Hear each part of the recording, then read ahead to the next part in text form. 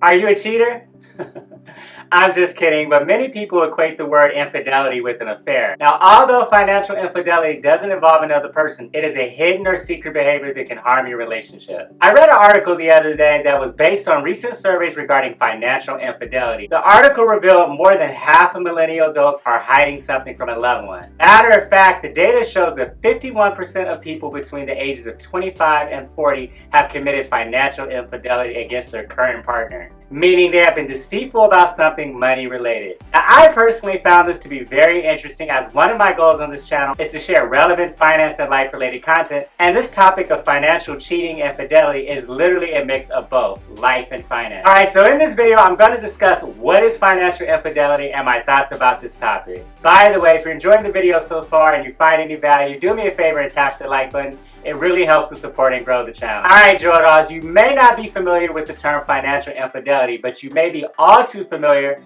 with the pain and frustration that can come from a partner's constant, reckless spending. So according to a 2020 survey by creditcards.com, financial infidelity is a growing problem. Matter of fact, according to the survey, 44% of respondents admit to hiding a credit card or bank account from their spouse. And the problem goes beyond an occasional spending spree. By the time financial infidelity is discovered, it may be too late, with many couples ending up in serious debt, not to mention the feelings of betrayal and deceit. So my generation, the millennials, were the biggest offenders, but as I said earlier, it's about a 44% average across the board, almost half. So 44% of couples across generations who are married or partnered admitted to committing financial infidelity against their partner. About 41% of Gen Zers made that admission, and 33% of baby boomers said the same thing. So you may be wondering, what makes it infidelity? So while financial infidelity may not involve a secret partner, it can be just as damaging, because the person engaged in financial secrecy has to spend so much energy, so much time, so much personal capital to keep it all hidden. Comment below, Joe, what are your thoughts about how much financial information you should disclose to your partner? Now, I personally think that if you're married, then that's an entirely different situation, as you are essentially one under the law, versus maybe if you're casually dating someone or if you have a boyfriend or girlfriend. And what I mean by that is that if you're just meeting someone, I don't think that you need to disclose all of your personal business, all of your financial information. But if the situation is becoming more serious and you're thinking of becoming something more long-term, I think it's important to have those in-depth conversations. Discussing your financial goals is a very important part of any relationship. Again, if you are working to build a long-term relationship with someone, it's very important for you guys to be on the same page when it comes to finances, particularly in the areas of saving, investing, and spending. Financial infidelity is important because it's hard enough to meet your financial goals when you're working together. And I have to say that it's almost impossible if you're pulling in different directions. If you're trying to budget, save, and pay down credit card debt, and the other person is just constantly spending,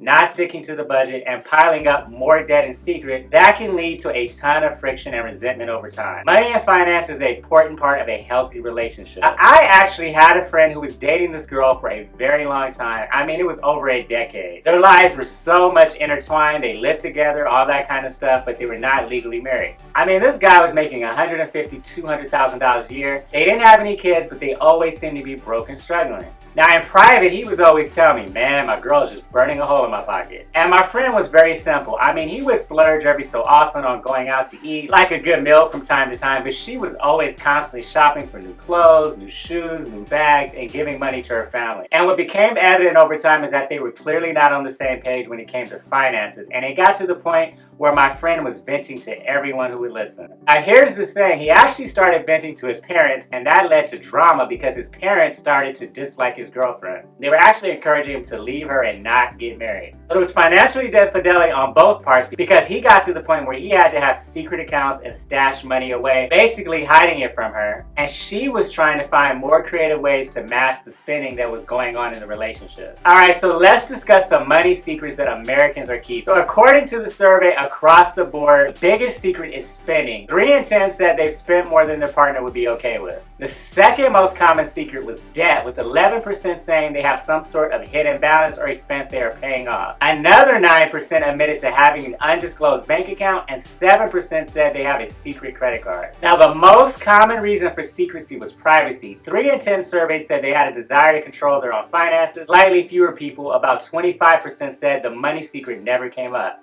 or that they never felt the need to share it. Now, another 23% said they were ashamed of how they handled their finances, and the same amount of people said they don't trust their partner with money. I personally think it's best to talk openly and honestly about money with your partner, because secrets and lies can destroy any situation. On the other hand, I also think maintaining some privacy is healthy as long as you both can agree on what the parameters of privacy entail. So, for example, some people may go with what's yours is yours, what's mine is mine approach. So it could be that both of you guys are contributing money to what is ours, and that money would go towards your shared bill, etc. But then maybe you agree that, let's say 10, 15, or 20% of the money you earn is yours, and you're allowed to spend that money however you wish. So for some people, this sort of arrangement can work out. I personally think that the issues with financial infidelity comes up when people are not being honest about how much money they're making, as well as how much money they're spending, or if one person is taking money from the Our Money account that is supposed to go towards bills and is spending it irresponsibly.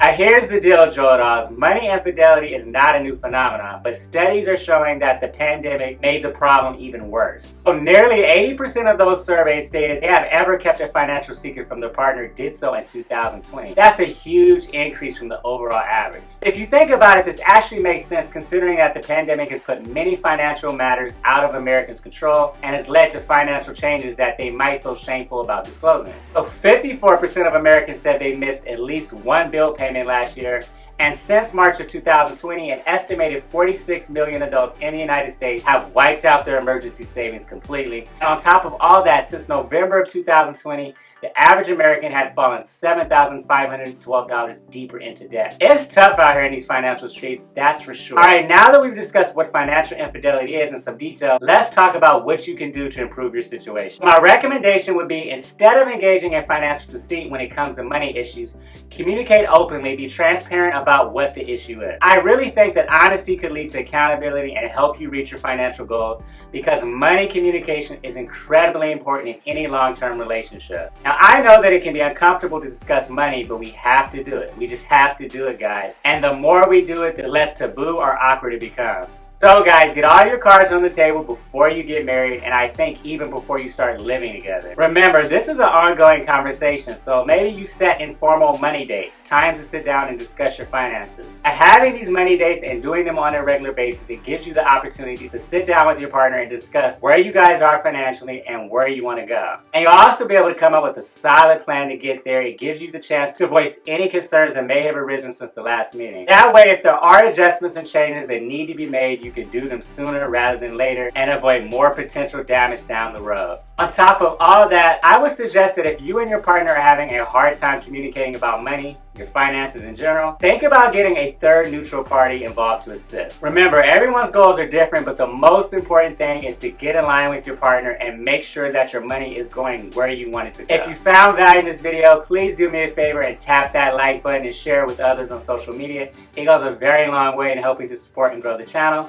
Don't forget to subscribe and turn on the notification bell, as I'm posting valuable content multiple times a week. Thanks again for watching, and until next time.